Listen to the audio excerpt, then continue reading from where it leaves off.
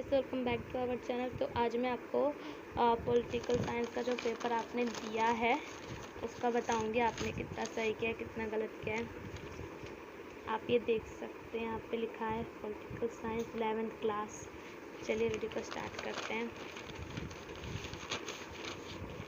तो पहला क्वेश्चन क्या है, भारतीय संसद में किन सदनों को उच्च सदन और निचले सदन के नाम जाना जाता है। तो उच्च सदन को जो जाना जाता है वो राज्य सभा है और निचले सदन के नाम जाना जाता है वो लोकसभा है। संसद का कोई एक कार्य लिखिए। संवैधानिक न्यायिक कार्य, संवैधानिक कार्य और वित्त पर नियंत्रण। कार्यपालिका क्या है? तो कार्यपालिका सरकार का अंग है जो कानून को लागू करने कार्य करती है ना। और पॉकेट वीटो क्या है? तो ये वो है ना जो राष्ट्रपति जब किसी विधेयक पर अपना अनुमति नहीं देता है और पुनर्विचार के लिए लौटा देता है तो उसे पॉकेट वीटो कहा जाता है।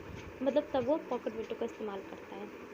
और यूपीएससी और आईएएस का विस्तारित रूप से नाम लिखे। तो यूपीएससी का फुल फॉर्म है यूनियन पब्लिक सर्विस और कमीशन।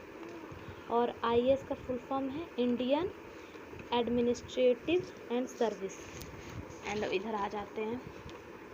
और जो मैप आया था वो तो मैं आपको बता नहीं सकती क्योंकि वो तो मैंने दे दिया है मैम को। और इसमें ये था कि आप अमीर और गरीब के बीच जो व्याप्त खाई है उसको कम कैसे कर सकते हैं। तो इसमें तो अपना तर्क देना था।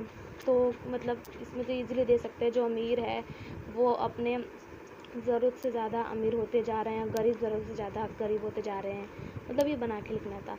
और जॉन रॉल्स के न्याय के सिद्धांत को संक्षेप में समझाइए। इसमें ये था कि इन्होंने बोला था कि आपको जैसे एक क्षेत्र का संगठित करना है और आपको उसमें ये पता भी ना हो कि मतलब उस समाज में आपकी जो जगह है वो क्या होगी। तो व्यक्ति सबसे निचले जो लोग हैं उनके हिसाब से कानून जो है उसका संगठित करेगा क्षेत्र, है ना, तब ताकि सबको जो है बराबरी का हक दिया जाए, किसी के साथ भेदभाव ना किया जाए। तो ऐसा करेगा। अब इधर आ जाते हैं।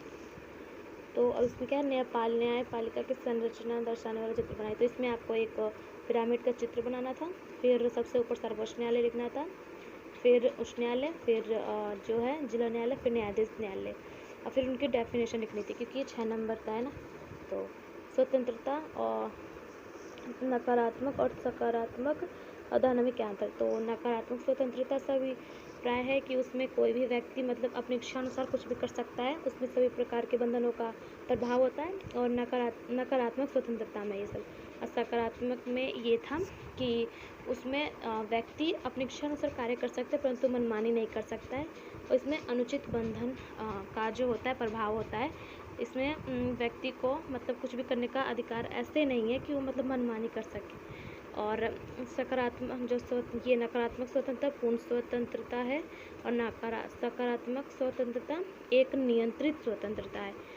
और नकारात्मक स्वतंत्रता में आप कुछ भी बोल सकते हैं, लेकिन सकारात्मक में आप अपनी सीमा में रहकर ही कुछ बोल सकते हैं ना।